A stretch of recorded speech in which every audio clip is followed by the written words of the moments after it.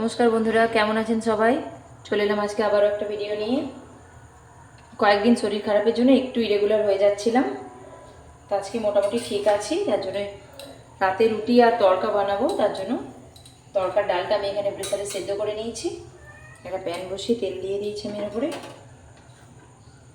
পেঁয়াজ কুচিগুলো প্রথমে দিয়ে দেবো।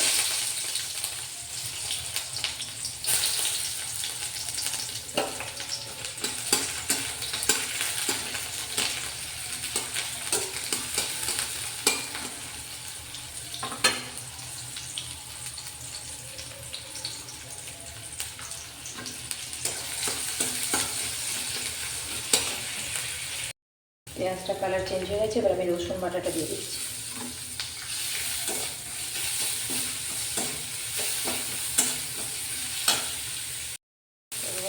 টমেটো কুচিগুলো দিয়ে দিয়েছি।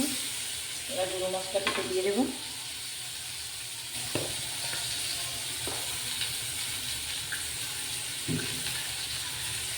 গুঁড়ো হলুদ,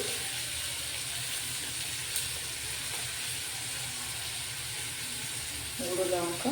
এই লঙ্কার ঝালটা পরিমাণ মতো রাখতে হবে, কেন কি তরকার মশলাতে লঙ্কাটা থাকে, ঝাল থাকে একটা, ওটা দেখে দিতে হবে, না ঝাল বেশি হয়ে যাবে।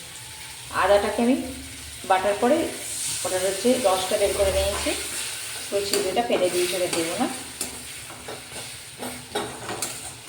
ধীরে ধীরে মশলাটা কষানো হয়।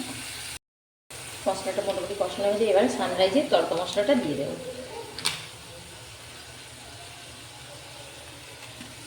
এটা দিয়ে একটু কষাবো, দিয়ে সেদ্ধ করে রাখা ডালটা আমি দিয়ে দেবো। সেদ্ধ করে রাখা ডাল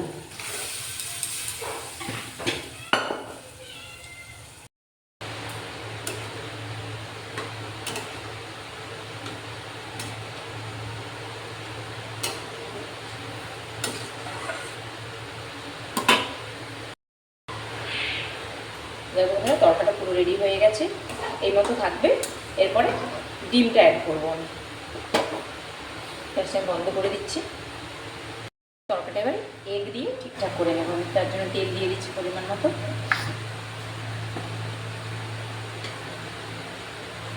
লবণও দিয়ে দিচ্ছি অল্প করে।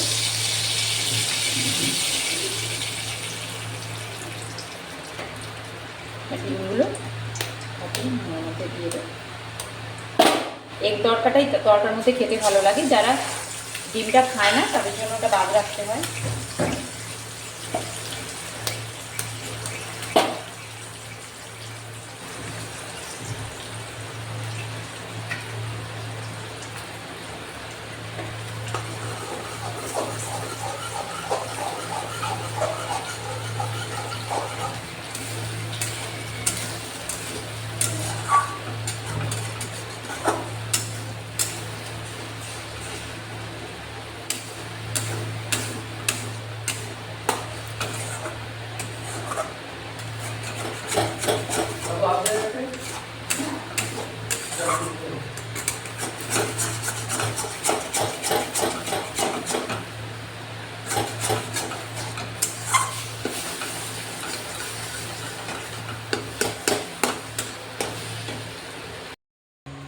তো বন্ধুরা দেখো, আমার ডিম তরকা পুরোপুরি রেডি।